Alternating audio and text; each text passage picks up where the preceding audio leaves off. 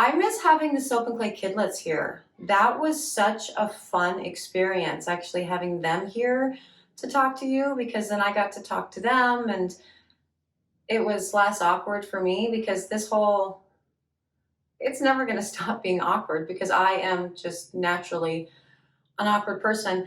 And how many times am I going to say awkward before I say, hi, I'm Mrs. Soap and Clay. Let's make stuff.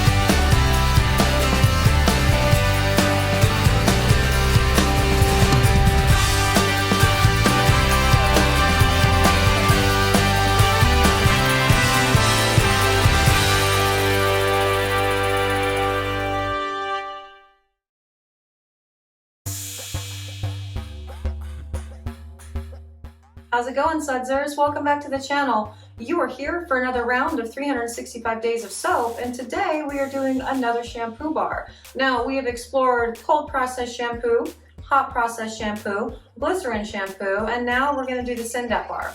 Now, Syndet stands for synthetic detergent, and in essence, what a Syndet Bar is all of the things you have in your liquid shampoos, but in, dry bar form. And for the zero waste movements of the world, it's absolutely great. It's a great idea. For the people who are wanting to go an all natural route, this bar is not for you. We use ingredients that are naturally derived in Syndet bars, right?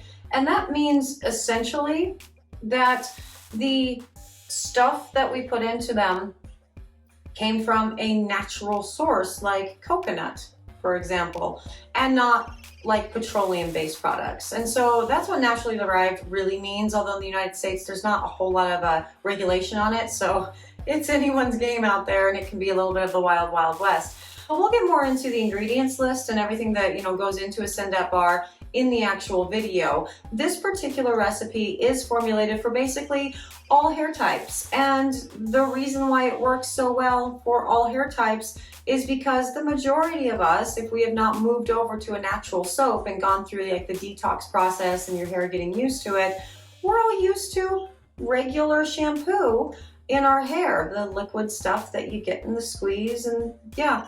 So for that reason, everybody's hair is going to respond reasonably well to it because you're not changing much out. You're just reducing your plastic footprint in the world. But we'll talk about more of that in the video now. So let's go. Okay, first up, the melted phase, and I will talk more about all of the ingredients later. This is cetyl alcohol. It is great. It is from coconuts. It's a fatty alcohol from coconuts that is very emollient but not drying. And then also I'm putting in stearic acid. Stearic acid is great because it coats and conditions the hair without weighing it down, but it also acts as a really good emulsifier for, a Syndet bar. And then I am putting shea butter into this guy. Shea butter is really important for, the actual conditioning of the hair and keeping curls bouncy, which is important. And then I am adding to that the BTMS 50.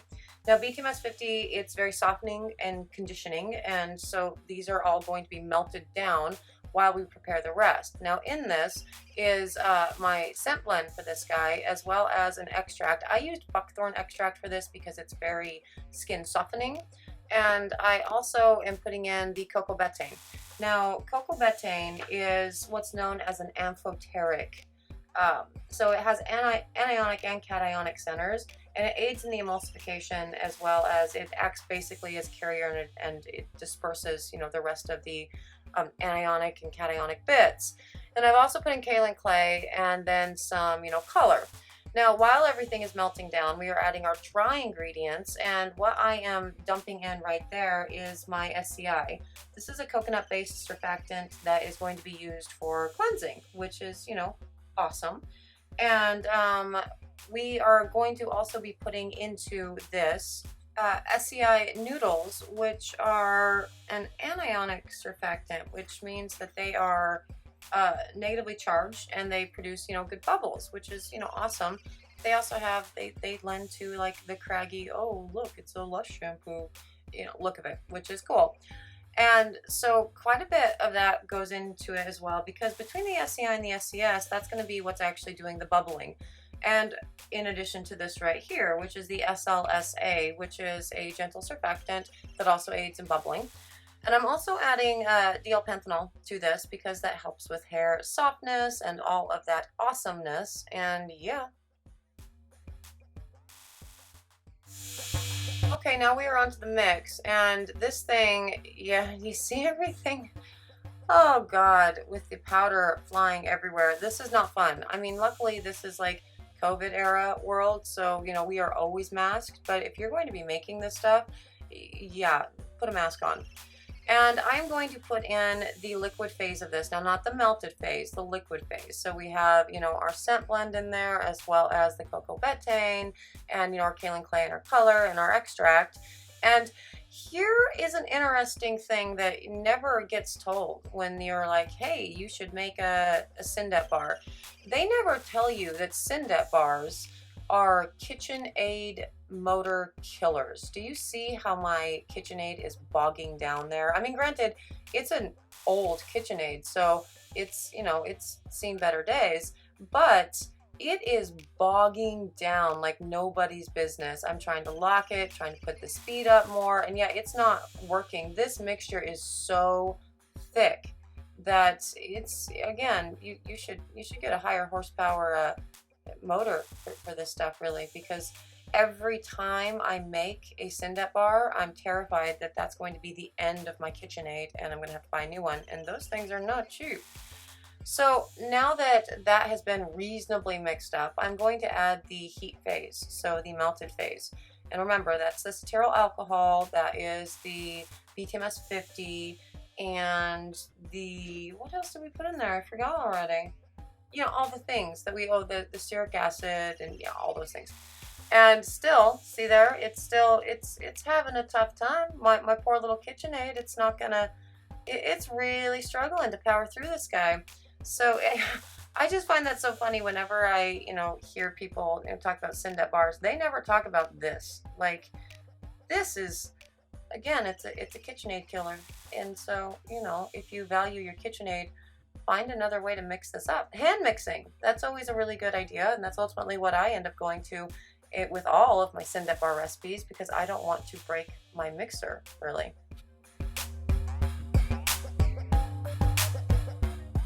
Okay, and now on to the molding. Now, since we have a little bit of time during this molding process, because, there's kind of not a lot to it, I press it into the thing. Other people use, like, their bath bomb presses, but I don't have one of those either. Like, I don't do anything mechanical.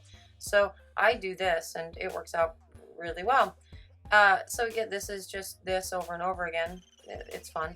But we do have some time to maybe talk about actual Syndet bars and the whole thing with, pH and, surfactants and all of the things that people just kind of, they throw these words sort of around, and it's interesting. The first argument in favor of a Syndet bar is that the pH of a cold process or a hot process, shampoo bar is too high for your hair. However, nobody's ever actually tested their Syndet bars, and if they have, they would find that the pH is also much higher than your hair, because your hair and your scalp rather, it's slightly acidic, and soap is slightly alkaline, and that's just how it works. And it's not about the pH, it's about how quickly your hair / scalp recovers from it, because in all honesty, you need a slightly alkaline soap, for example, to cleanse your body. Why would your scalp and hair be any different? Honestly. Like, okay, so there's that. Also, all of the commercial soaps, even or shampoos, even like the baby's tear-free versions, right? None of them are hitting the quote unquote acceptable range for your, scalp or your skin. None of them are coming in at like 4.5 or 5.5 on the pH. They are all coming in, well over 7, which is, neutral. So I'm getting too far into pH. If you guys want more information on pH and you want me to do a deep dive into that, just let me know. I'm doing what I do in my classes, and I just start going on tangents. And I'm going to stop right now. We're also going to go to the surfactant stuff, right? So when you are developing a Syndet bar, you are paying attention. When you're developing any, cleanser, you are paying attention to, you should be paying attention to the types of surfactants that you're putting into it. And through the soap making process, you have natural surfactants that come out, right? Like soap is a surfactant in and of itself. And what you're looking at for something like this, you're looking at, your anionic, your cationic, and your amphoteric surfactants. And so, your anionics, they have a negative charge. They cause bubbles. Cationics are positively charged. And then you have your amphoteric surfactants, which are kind of both. They are both anionic and cationic. They have anionic and cationic centers. And that really does help sort of bind everything together. They also act as really good carriers. And so cocoa betaine would be an example of that in this particular, blend. And so if you use these surfactants wrong, because they're sort of battling with each other the entire time, right? And so if you use them wrong in the wrong ratios or whatever, everything will fall out of solution, and that won't, be good. And so that's important. And I don't think that that's really something that's really thought about when sort of making Syndet bars. People just go, oh, cool, here's a recipe, let's do the thing. But the types of surfactants that you use are really important for the blending. But that is true also of soap. The end result, the types of surfactants in soap, also important. So yeah, no, I don't know. Ultimately, at the end of the day, while it sounds like I'm, saying that, Syndet bars are more complicated to formulate, they kind of aren't when it comes to shampoo. And I honestly think this is why people have started using, and why soap makers have started going to the Syndet bars so big in the last few years. And those are so pretty. Look at those. Aren't they cute? Now let's do a lather test. But yeah, honestly, I think the reason why soap makers have gone to the Syndet bars over the last few years is because it is actually easier to formulate the recipe for the majority of hair types to respond well to. And I get that. That is a genuine, concern if you want to reach more people, for sure. I don't necessarily think it means it's a better shampoo, however. I do think there's a lot to be said about the way that you can formulate and customize cold process or hot process shampoo bars effectively. But, there is day 84, the Syndet bars. You let me know what you think in the comments. Well, there you have it, a Syndet bar. And again, this bar is really well suited for basically all hair types. It works really well, has a good bubble, it's cleansing, has no real stripping going on. People with color treated hair should be careful with this particular batch because it's not formulated specifically for color treated hair, but there are Syndet bars out there that, can help with that. At the end of the day, I really think Syndet bars became super popular in the last 5 or 6 years for 2 reasons. One, Lush was doing them, and everybody wanted to know how to make the cool shampoo bars with like the chunky bits and the noodles and everything in them. This is how you use a synthetic. And 2, because a lot of soap makers really did want to reach their clients across the board. And honestly, formulating a cold process recipe or a hot process recipe that will work really well as a shampoo, it's actually pretty difficult. There's a lot of fiddling, you have to have a really heavy knowledge of your fatty acid profiles, of your different sort of, additives that you can put into it and what this additive is going to do and balance with this additive. It's a lot like when you get onto a multivitamin, you're taking a lot of vitamins throughout the day regimen, right? When you're training or something, and you can't take vitamin A with vitamin C because they cancel each other out. It's kind of like that. And so that can be a bit of a challenge, honestly, for the majority of soap makers, myself included. My shampoo bars were an ever-evolving thing for several years before I finally settled on the ones that I like and put into my line. That said, if you are interested in this Syndet bar, I put them on the website. You can find them at soapandplay.com. And yeah, tomorrow we are going to be doing a conditioner bar, which is also going to be synthetically based, and we will show you the whole zero waste movement and the whole point behind a conditioner bar tomorrow, and that will sort of round out the series for the hair care line. Anyway, I am so glad you've joined me again for another round of 365 days of soap. I super appreciate it. And if you would like to continue joining me, I would appreciate that even more. You could hit that subscribe button, and helps me out in big ways, so that would be great. Thank you so much. And so yeah, that's gonna do it for me today, and I will see you tomorrow. Bye.